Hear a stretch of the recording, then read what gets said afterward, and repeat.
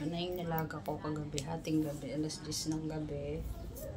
Lumabas ako ng bahay, naghanap ako ng herbal na pwede lagain.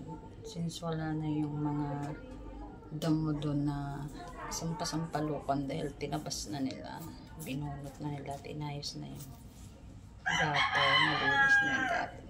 Buti yung paso ko ng halaman, may mga pinunla ako na pansit-pansitan. So, yun yung kinuha ko kagabi.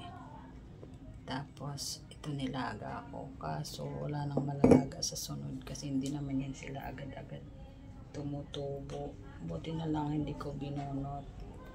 Kaso, sa sobrang ulan, yung iba namatay, nalata na. So, yun na lang natira kagabi. Kinuha ko nilaga ko. So, ito na yun siya.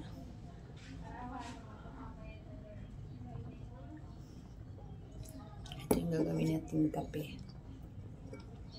Sana may mahanap akong maraming ganito para araw-araw ko siyang maiinom.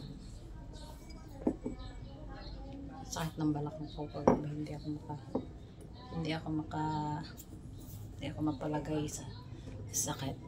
Minom na ako ng Kotray, kaso ngayon pag inom ko naman ng Kotray, wala sa oras, tsaka nakakalimutan ko din. So parang hindi siya nag-effect. So kailangan kong mag-herbal. Mamaya pag sinipag ako, lalabas ako, bibili ako ng Kotray, saka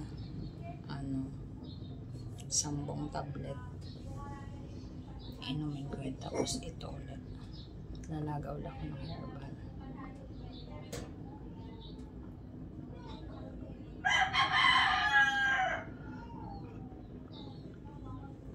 Uminom na ako nito kagabi bago matulog. So kanina umaga gumising ako, ang dami kong nailabas na wiwi. Tapos ito ngayon ulit. Ito muna yung gagawin kong tubig. Naubusin ko muna yung isang tupperware ng ice cream kasi pag hindi mo naman inubos agad yun, mapapanis lang din, masasayang. Wala na tayo mapagkukuhanan uli ng damong pansit-pansitan. So baka sipagin ako mamaya, pupunta ako dun sa dulo. Pagkanap ako dun ng mga herbal na dun para may malaga.